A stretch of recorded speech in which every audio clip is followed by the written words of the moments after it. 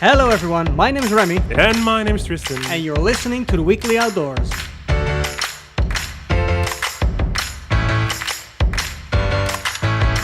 Hi Tristan. Hola. Good to have you back.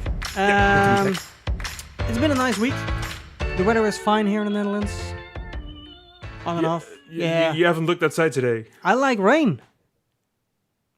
You don't like rain? Seriously, what's fun about rain? Have you you- cannot go outside. If you go outside, you get wet. What's fun about it? Okay, let's talk about it in a minute. Tell me first, how has your week been? Busy. Yeah. Yeah. I went to Eindhoven. What was it? Tuesday? Yeah, Tuesday I went to Eindhoven. But yeah, we had the heat wave stuff and everybody was hot. And so I had a really awesome journey. I went there in the morning. I had to be there at 9. So I thought, I'm going to go by train because it's getting hot and car and stuff. And so train. Okay, cool, train. So I went there, went and was on time. Everything fun. I left at 3:30 to go home. Yeah. I was home at 8:30. Wow. So you're not the only one traveling. Oh, no. I know. So there was like, yeah. Oh, you're on this train. Cool. Okay, you go from the train from Eindhoven to Tilburg. And then from Tilburg, there was like, we have trains, but they're not moving. Ah. Why are the trains not moving? We don't know. Okay, we have one train that's moving. Okay, everybody in that train. Train was moving. I'm sorry, people. We don't have air conditioning on this train. Outside, it was 40 degrees. No air conditioning in the train. And then all of a sudden, in the middle of a field, while the train was making a turn, so it was like everybody was hanging to the left. Okay. The train said, we cannot go any further because one of the main lines is damaged because of the heat. Okay. So the train stopped In the middle when of it was leaning. Yeah, in the middle of a field with no air conditioning, and outside it was 40 degrees. So yeah, that was quite fun. So he said, okay, we're gonna have to push it back to Breda. So we had to go back to Breda, and then it was okay. What am I gonna do now? So there was one train that's go to Den Bosch. So I was like, okay, I'm gonna do that one, and then I'm gonna take the train to Rotterdam, and then from Rotterdam it's easy to go back to Sweet Lake City. But in Rotterdam they said no trains go to Sweet Lake City. I'm like, but how do I get home? Right. You take the subway. Okay, so I'm going to the subway. I'm sitting in the subway. Subway is awesome. It's going great. It's got air conditioning. Love it. Mm-hmm. And then around Pijnacker, which is like if you're not from Netherlands or even from South Holland, you don't know it. The subway said, you know what? F you. I'm not going any further. So I'm Let's like, stop here. really? So Okay. he had to restart and like 10 minutes and we were going again. So yeah, by the time I got home, we had in the garden, my girlfriend bought a small swimming pool for kids, kiddie pool. And she just filled it up with water and ice cubes. And I just came home. I didn't even put off my clothes. I just jumped in it and I laid in there. Seriously, I could almost hear the shh. I was so overheated. I was like, I stayed in there for like, I don't know, till 11 o'clock. I just stayed in the pool. I was like, nope, I'm not coming out. Nope, give me a beer. I'm not coming out. I'm seriously, I'm not moving. Wow. So yeah, that was an awesome Tuesday to have in the life of Tristan. Nice. Oh yeah. Yeah. That's a hard trip there. Yeah, it was. But hey, that's the lesson for me. Next time, just take the car. Yeah. Anything else? Yeah, we had some couple of friends over. It's always nice. Yeah, we played new card games. Ah. One of them was Shit Happens. Oh yeah. Yeah, I played it. Love it. Yeah, well, for everybody, I'm not gonna explain the game, but if you play it a few times, if you play it too much, you know the game too good. Yeah. And then it's not fun anymore. You know all the cards, you know all Yeah. the stuff that's happening. Yeah. So then it's still fun to play with everybody who has the same experience with the game. Mhm.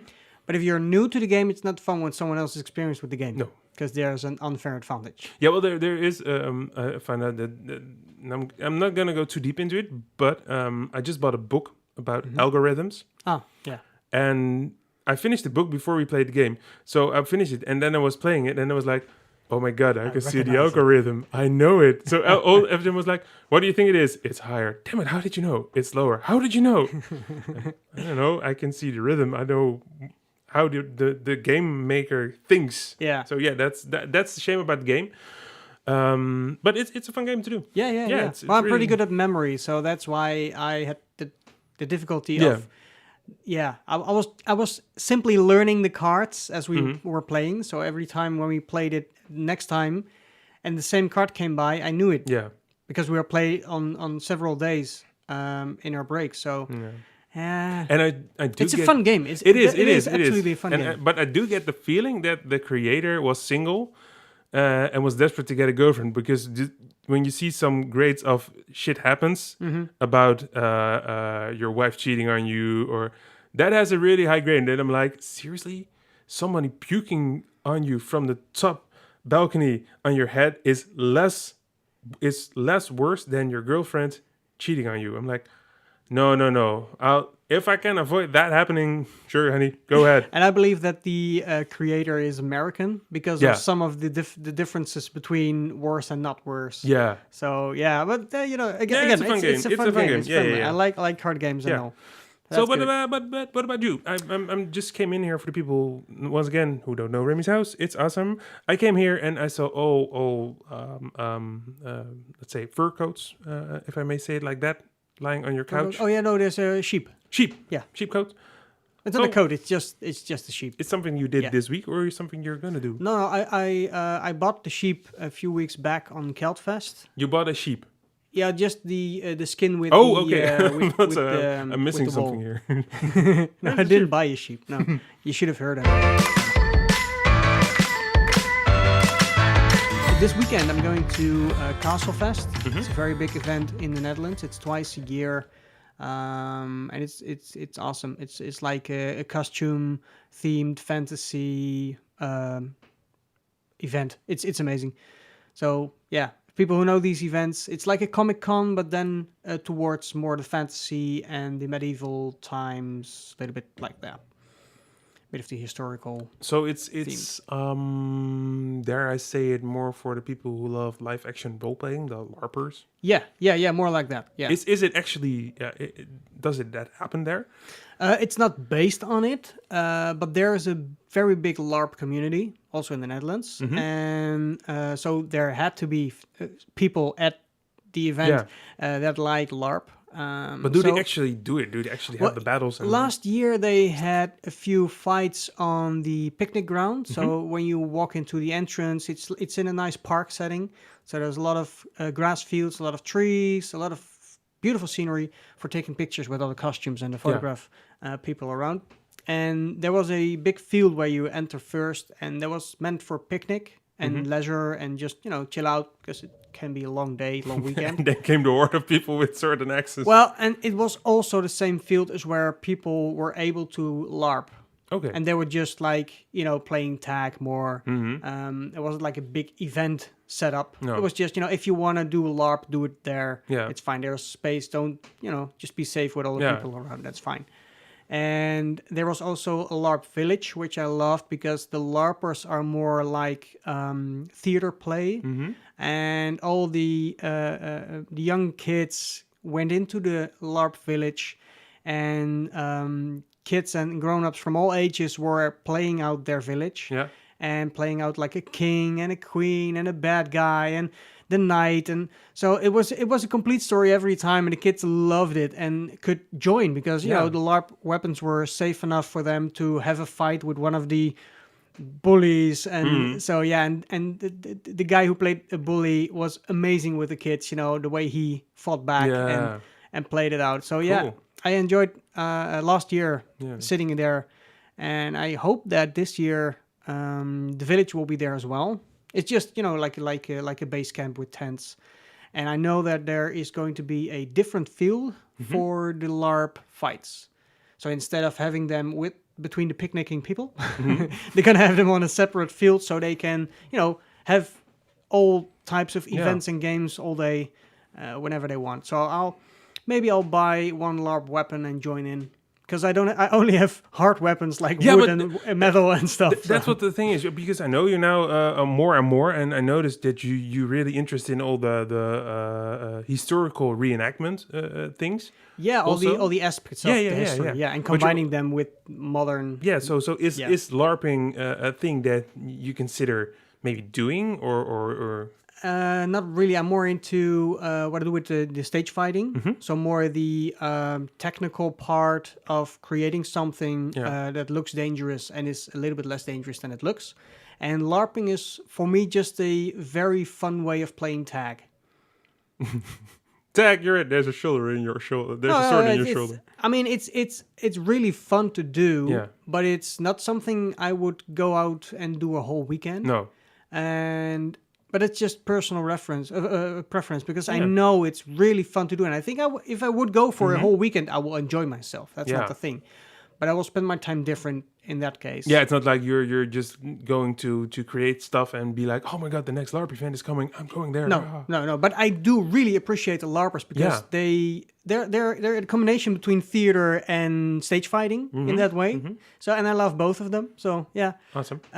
that's really nice. So I think I'm gonna enjoy this weekend, and maybe I'm buying a LARP weapon, maybe not. It sounds really. I know you guys who are LARPers. It is your code's name word. I don't know how you call it, LARPing, but if you don't know what it is, it sounds really weird that we have a LARP village. It's like what live there? Little LARPies, LARPers. Oh, it's to people who don't know it. I mean, like. We can explain what LARP yeah, well, is. we have in the Netherlands, we got the Efteling, and Yeah. you got the people of Laaf. They got their own LARP village. So I'm thinking like, oh my god, it's a LARP village. It's like the same type of people who have like say You're like, setting it like an Oompa Loompa. yeah, or like hobbits. Like no, it's a hobbits village with all Okay, but hobbits walking there. that's not LARPing. No, I know, but that's Okay. how it sounds. If you don't know what LARPing Yeah, is, you're like, what's a LARP village? Yeah, The people there have and, LARP. and I think that people know the word LARP and what it should mean. Yeah. Like, swinging around a foam sword and stuff like that. But it stands for live action role play. And last week I went to a friend of mine who is in all those types of projects and also the security at these big events and all. Corey is a great guy. We were talking about a different project which we are thinking about. He was thinking about and wanted to know my feedback and Yeah. idea. And we were talking about the live action role play because we were on more like thinking a live role play because the action is not always applied. No.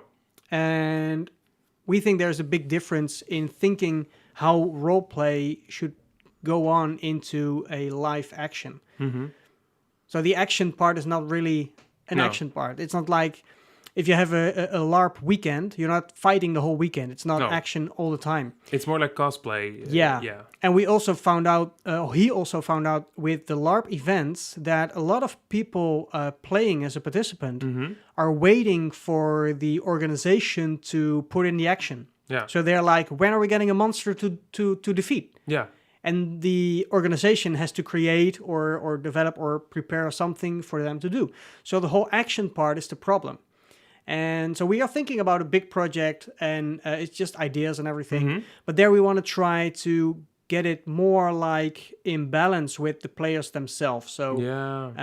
and taking out a bit of the standard fantasy, like the whole magic fantasy, more in a different type of fantasy. So it's not real, it's still story playing, Yeah. but it's going deeper than a regular Yeah. LARP event. So we can. The moment that you were talking about it, I was like, this sounds awesome because I've in the Netherlands we have a lot of amazing locations. I mean, you got Fort IJmuiden, which is pretty awesome. It's basically a fort on an island. You only can get there by boat. Yeah. You can rent it. I once went there with a organization. We did Paro games, Okay. which is basically blow darts. But you had it's like paintball with blow darts. Oh. But the blow darts had were the same as everybody knows how to roll them with paper, and only at the end it had a ear. To clean your ear. What's it called again? Like an earplug. No. To clean your ear. Oh, like a cotton tip. Yeah. Well, they had it at the end, so it hurts when it hits you, but it wasn't like normal blowing dart shooters. There's just one PVC pipe you can blow. No, they actually made shotguns, rattling guns, But still machine blow guns guns. with blow darts in it. So Okay. you're just standing there and just be like, that was pretty awesome. And that got me thinking. The thing you say is like, what if some brilliant mind would come up the idea to combine LARPing with Dungeons and Dragons on a location like that. So it'd be like, okay, you're on the island. You are a knight, you're a dwarf, you're an elf. The LARPers would love that. Yeah. And be like, this is the dungeon. I made the dungeon, so with actors playing orcs or goblins or skeletons, and you have to fulfill the quests. Well, these events are real. No. Yeah, they are. That happens. Yeah. No way. Yeah, that's why you have. When are we going? That's why you have the big communities, and they're more like a club. I'm not sure I'm not sure it's a paying club, but there are a few. And at the historic Zoetermeer event, which we've talked about a lot, we are trying to get one of the groups to put up their village. Yeah. So just bring their tents and just be there for the fun, and also enjoy and entertain themselves and the audience at the same time. So yeah, I just was searching for a few groups, and there are for younger ages, for older ages, and there are very big groups of people coming to one place where an event is created, where they can play against bigger, or at least in a bigger story. Yeah. Awesome. Yeah. Oh. But we wanted, so the project I talked about last week is a bit different, a bit serious, more adult-like, more. There are a lot of examples, but it's in child's shoes, but it's very interesting to talk about this, and it's very close to a LARP, as a lot of groups do. Yeah. Just the like it fascinates me. I mean, it came up to me because this week I also watched a really interesting movie. It really got me thinking. It's the movie about Tolkien. What? Tolkien, the man who wrote the Lord of the Rings books. Oh, okay. I mean, for fantasy lovers, that is, if you read fantasy books, everybody read the book. But this movie is about how he came to the whole development. This man started as a boy from 12, I think he was 12. His mom passed away, and so he and his brother had to go to an orphanage, and he started to creating a whole world that doesn't exist, a language that doesn't exist, creatures. So by the time he was older, he went to Oxford University, which was pretty big there, and he was like, what am I going to do with my life? He didn't know. He got kicked off, and then he went to a teacher, and he said to the teacher, what can I do to get in your class? And the teacher said, well, no, it's full.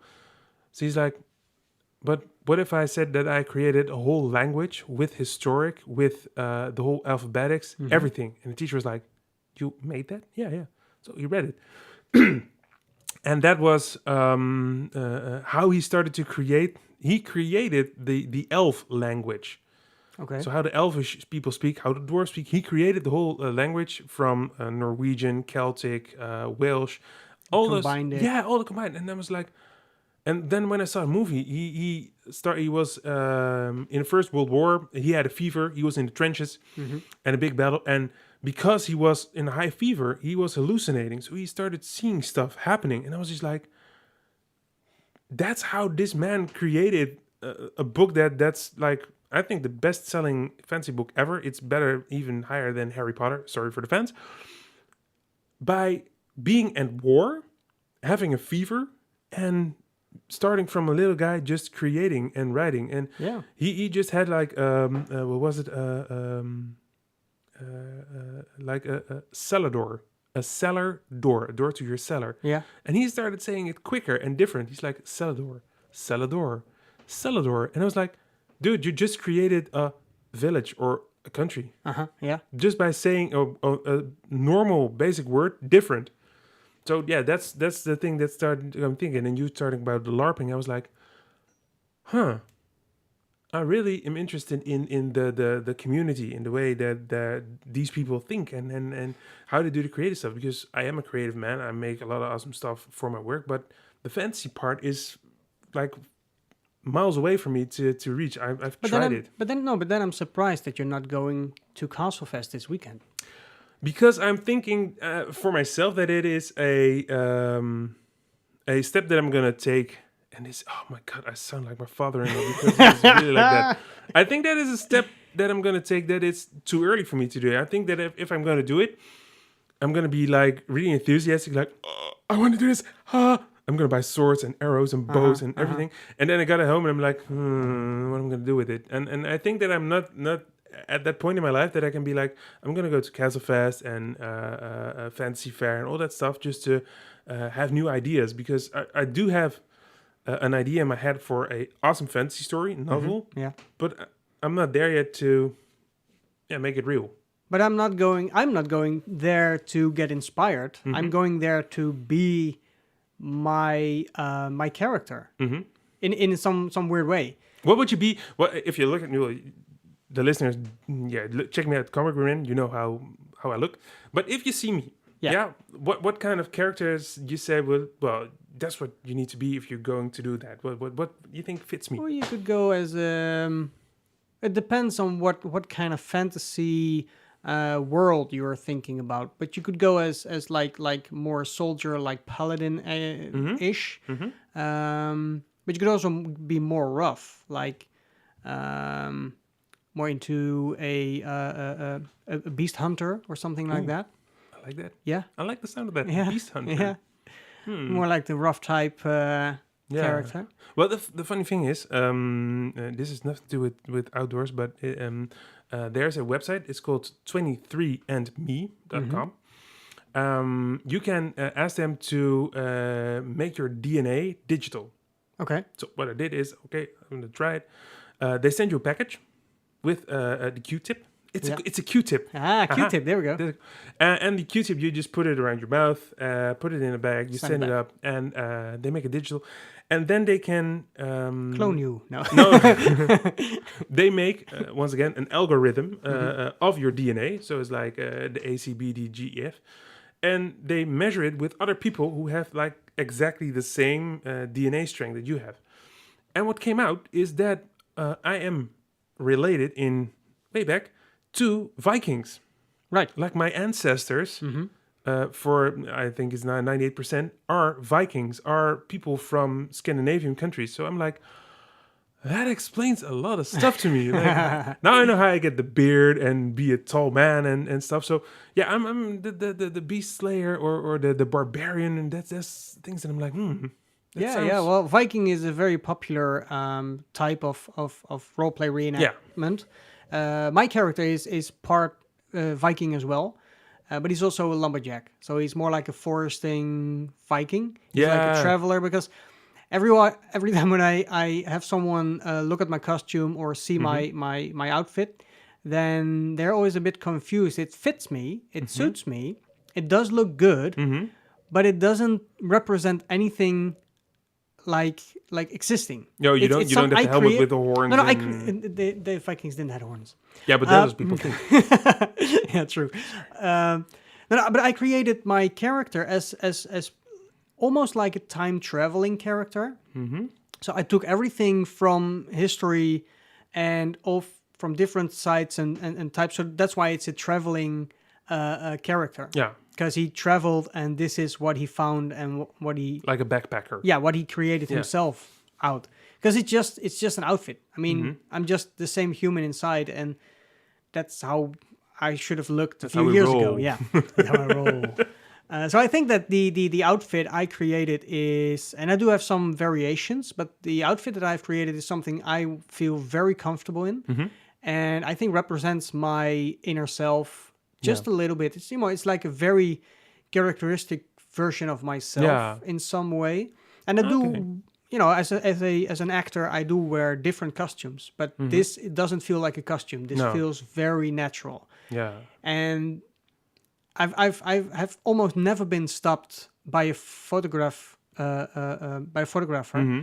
to been taking a picture. At first, I thought that's not very like a compliment, because no one is taking pictures of my they don't costume. Take you seriously. But they're taking pictures of a lot of very overdone and a lot of people recreate a typical character from a game or from a movie, which is awesome. And of course, they're asked for pictures all the time.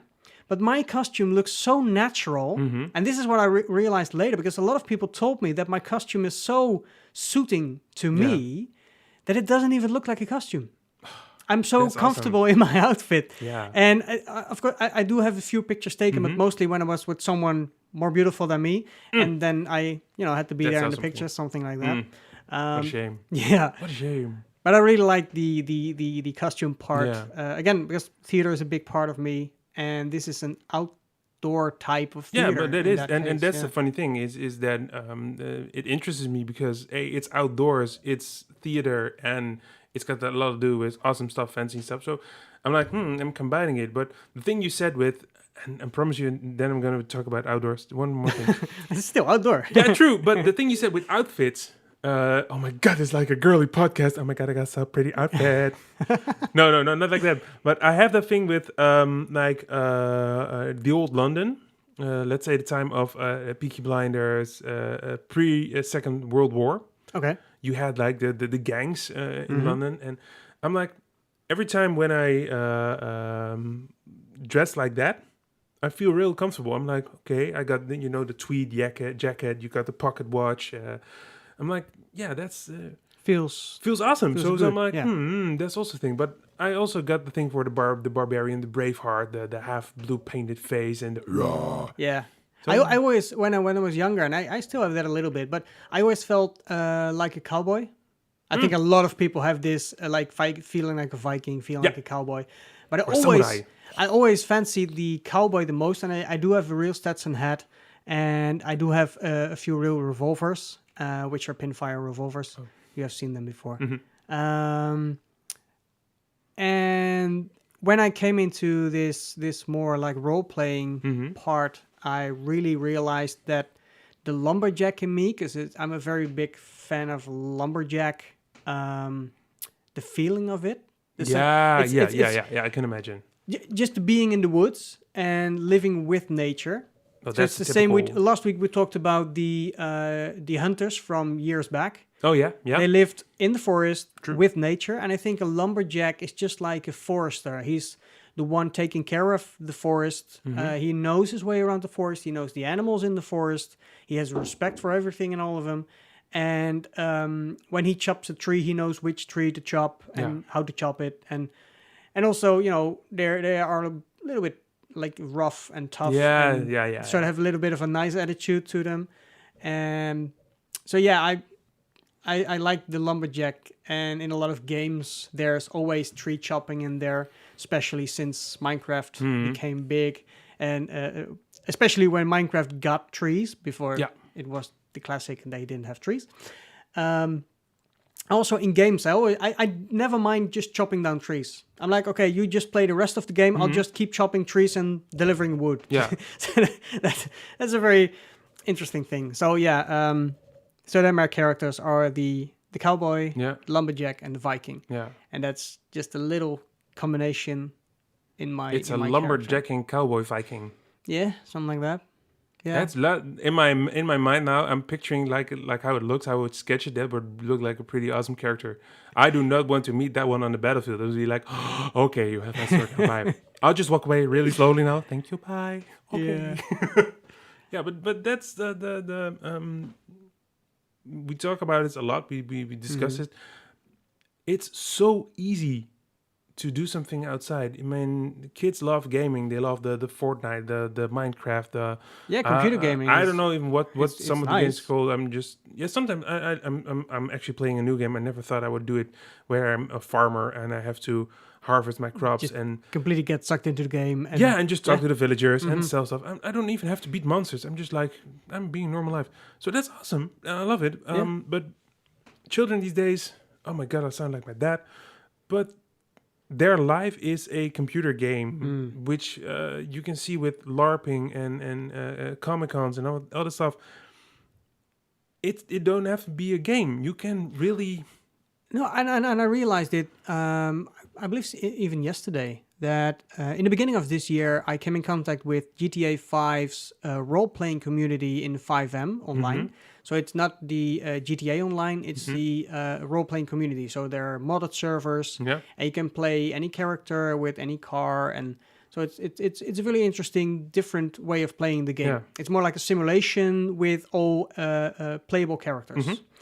And I got a message on Discord few days ago. I just read it yesterday from some of the people I was playing with at the time, because I was very good at playing roles, because as an actor and a theater maker. So yeah, I came about pretty good. And so I'm not saying they missed me, but they were wondering where I was. Yeah.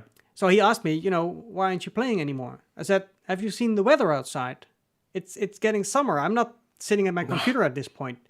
During winter, I probably will be back when it's getting a little bit colder. But now there's so much to do and so much to do outside that I'm like, bye. I'm not going to be here. And so that's... Last year, I've visited like maybe 8 events. So 8 weekends of events, like upcoming weekend. And I tend to do that again this year. Yeah. Just to go to all the events. And I think you should go to Castlefest. Maybe even this year. Yeah, well just this weekend. This weekend I'm not going to make it. But I'm seriously... no. I said it outside of the episode and the podcast that we make. I want to go with you to Comic-Con. Oh, right. I mean, sure. That's a little bit of my world. Yeah, I still need to finish my costume. But in return... I am going to a Castlefest or one of the fantasy events that you go to. I'm going to go there. If you want me to be reenacting something, hell yeah, I'm doing it. I think I have enough I'm Captain in Caveman. my house to dress you up as any... I want to have Isildur. He's lying there. He's looking at me. He's like, hello, pick me. I'm like, yeah, I'm no sword. Stay there. Yeah, it's difficult. On the events, some weapons are not allowed. No, I know. That's a little bit of an issue. But you know what? But bothers me, and I know I sound old now. I'm 34. Yeah, 34. We both are. So yes, you are. But how do young people meet their partner, meet up with girls or boys or whatever they want? Where's it going to? No, where's this coming from and where's it going to? The game addiction is that's a serious thing now. It is even in the healthcare put up. So kids play a lot of video games. They're stuck behind their computers. They're gaming. But they have dating sites, so... Yeah, but when are you going to see her? When are you going to meet her? I mean, seriously, I once there was a... one of the TV shows, sitcoms, they played World of Warcraft, and there was like this big buffed up dude, and there was this pretty awesome elfish girl with, let's say, not enough clothing on, and the big buffed up dude was like, hey, you want to meet up? And she's like, yeah, of course. But the big buffed up dude was a girl, and the elfish girl was a dude. Yeah, I'm like, what? And I'm like, normally, I mean, when we were young, oh my God, we're old. I'm not feeling old. No, not at all. But we go out and you met people by theater or sitting in the pub or drinking or being like, oh my God, she's so pretty. I'm just going to walk up to her and say something to her. And so how did you meet your girls? Which one? I don't know. You're asking but you're asking the young children reason, how they're meeting people without going outside. Yeah, well, my fiance, I met her because I was the owner of a free record shop, which is, for the people who don't know, a shop where you could actually buy CDs, DVDs, games and stuff. And she came in the store every Saturday buying DVDs, and because she was a nurse and she had the night shift in the weekend, so she had to watch movies to stay awake. And just one moment, I was just like, every time she came in the store, I was getting weak on my knees and stuff. And so I was like, okay, I'm going to do something. And I actually just said to her, like, hi, I am Tristan. Would you like to go out for a cup of coffee with me? And she's like, sure, why not? I gave her my phone number. And we went for coffee and just walked and talked about things we were interested about. And that's with all, I started when I was 16 to getting interested in girls. Before that, I was just a real nerd with video games and all that stuff. Very good. And for me, it's always been like being in a pub or at a friend's party or at work or in the theater, just being like, okay, you look interesting. I think I like you. I don't know yet. I'm just gonna walk up to you, just talk to you like humans do. We talk. We don't text each other, and get to know each other. But do you think that the new generations, let's call them the new generations, and I hope younger people are listening, so they can let us know via a comment or anything what's going on. Yeah. Just send us an app. how do you think it will influence them, or how it will be difficult?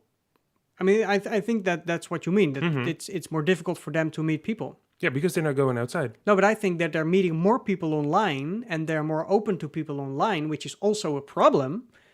So they're meeting a lot of people. Yeah, but not in the same way. It's like, oh my God, I got 1,000 friends on Instagram. How much did you actually meet? None. I rest my case. I rest my case. You met none. You got 1,000 friends. You've met none because you don't go outside. You sit behind your computer and you just wait until somebody says, "Oh, I like you. Oh, I like you too." What? Yeah. I mean, what's shake each other's hand. Be like, "Hey, how you doing? Okay, fine, awesome. So, what are you interested about? Go to a friend's party. Go do a sport. Go, I don't know, football, rugby, mountain climbing, anything. Just damn it, go outside and meet people. It frustrates me." Yeah, I'm not sure that it's an age or like a generation thing. Yeah, I think so. Because I was talking to my colleague who does the media and the social media and what's it called the public relations. Oh, and the influencers. Yeah, influencers. Okay. And a lot of times she is editing photos just to make them look nice, just to make them more appealing. And if there's something very busy in the background, she will shop it away, so it's easier to look at the picture. She doesn't change the outcome of the picture, but more the look of the picture. And she's like, it's so strange that I'm creating something that isn't really true, but still does function. And then I dropped the bomb about deep faking the face swap, but then the intense face swap where the AI, the computer, can really change someone's face into someone else's face, which is from a celebrity or from a non-existing person or anything. And she was like, but then that's very dangerous. So I said to her, it's not dangerous that we can create this stuff because we have the fake news already. We have the how many times do you see a small video, short video, and you're like, oh my God, this, and it seems to be eventually it's like it's a fake video. Yeah. Someone created it just to make a nice trending video. Yeah. And so a lot of people are learning about the fact that not everything is real, but it's always too late. So it's always dangerous to trust on something you're not familiar with. No. Because when I see a fake video, a lot of times I'm like, well, this is crappily done. I'm not even thinking about if it's real or not. I can just see that it's not well done. But when I think, well, how can this happen? Then it's well done. Because then I know it's yeah, you're like, how? When you get fooled in this way. But again, I don't act on something like that. So when you see like a president saying something, I'm like, yeah, I haven't heard him say this. No. I know that I'm seeing this video and I see this person say this. But so when you see Donald Trump talk and you're like, what's going on? You're just like President Obama, talking like this. But so the danger is not in creating this. No. Because there's always possibility to make it fake. Mm-hmm. I mean, how many times doesn't it exist and doesn't it happen without people even knowing? Because I have read stories in the newspaper about things I was working on, like a project or a theater or anything. And the reporter just didn't know everything or just understood something a little bit differently. Yeah, like we say in Holland, wet finger work. Yeah. You'd be like, I think it's true. Yeah, but also they can be very considerate in thinking that it's completely true because that's what they were told. But they were told by someone who didn't really know and just, filled in the blanks and there we go. We have it set up in the paper. And then again, with the deep fake and all the fake news and that kind of stuff, I'm Cambridge Analytica, all that. The only danger is in the people being so trustworthy in things they shouldn't even trust. Yeah. There's no reason to trust this. No. So once again, I rest my case. Go outside. Leave your cell phone. Yeah, go for the real thing. Take it with you for emergencies, but go for the real thing. Yeah. Go take a walk. Go take a hike. Go ride a bike. Go canoe. Go. I don't care. It's really simple. You just go that's- to your front door, you open it, you put on your shoes. You don't even have to put on your shoes. You can walk bare feet if you want to, and go. Leave the computer, leave the PlayStation, leave the Xbox, the Wii. I don't care what you have. Just go do stuff. Meet especially people. with this weather. But Yeah. then coming back to the fact that when it's raining, you said Seriously, you want to talk about rain? yeah, I want You to go wanna back talk to the about- rain. Yeah, I want to go I back to the can't rain stand the rain. because there's against my nothing. window. There's nothing. Well, there are a lot of things better than, but there's something really, really appealing about being outside and smelling a fresh rain. Okay. I have to. I got you there, right? I have to admit something. If I go bike riding and not the touristy, but like Just riding. cycling, Mm-hmm. mountain biking, or if I go for a run, I love it when it rains. Right. Because when it rains, I for my feeling, it brings out that extra. I can do a little bit more Mm-hmm. because I'm like, oh, it's gonna rain. Okay, Mother Nature, F Bring you. it on. I'm just gonna Yeah, do but it. that's what And you because just- you told before that you wanted to climb the Everest or Yeah. some high climb, and the thing that you're fancying about is the fact that nature is being really strong and really Yeah. tough, and you're very tiny and fragile. And I think that being in very bad weather conditions True. is when the real human in me is saying, "I'm still here. Yeah. I know this weather sucks and it's very strong and it's windy or it's rainy or it's True. everything is blowing away, not like like a thunder or like a tornado. But Tornadoes. we don't have much tornadoes here. But like okay, there you got me with the rain. I really and I know it's sick thinking. Maybe people say it. I really want to experience the forces of nature, hurricanes, tornadoes. Just I've seen this stuff on TV. I know it. I know it's there. I know it's bad. I know it's dangerous. But just to be there and experience what's happening, Yeah. I think that is okay. I'm a thrill seeker. I know, but it's You're not personally a thrill seeker, but it's more that we can see all over the world with the internet. Yeah. And just going off on the things that are real Mm-hmm. and have been videotaped somewhere, that seeing that extreme conditions Yeah. makes you interested into seeing and experiencing this, not to you don't want to have your house being no, sucked no, away no, in a no. tornado So I'm or very- destroyed by something. No. It's more it's your personal. It's the it's just like an adrenaline rush. Maybe. Yeah, well, you so that's have- why you call it thrill seeking. Yeah. Well, you have like on Discovery Channel the Storm Chaser guys Mm. who just have this just really awesome custom built tank, Yeah. and they just hunt tornadoes just to get the data from what a tornado does. And when you see the environment changing, the color of the sky, the hailstones as big as tennis balls coming down, that's like Mother Nature at her strongest point. And I feel really sorry for all the people who get struck by tornadoes, who lose their homes, their loved ones. I really do. But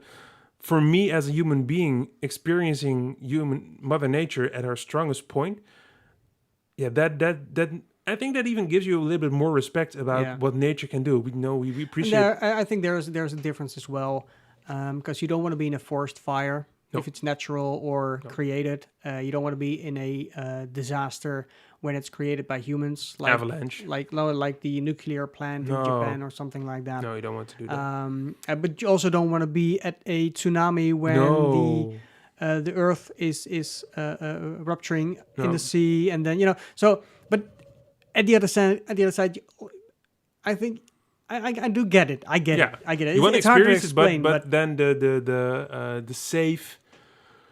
You can call it the safe version of it, and like you say, a tsunami. I mean, seriously, maybe it's just a thought, because if I think that being in a strong current, if you're in a river, you can experience the strong current of water.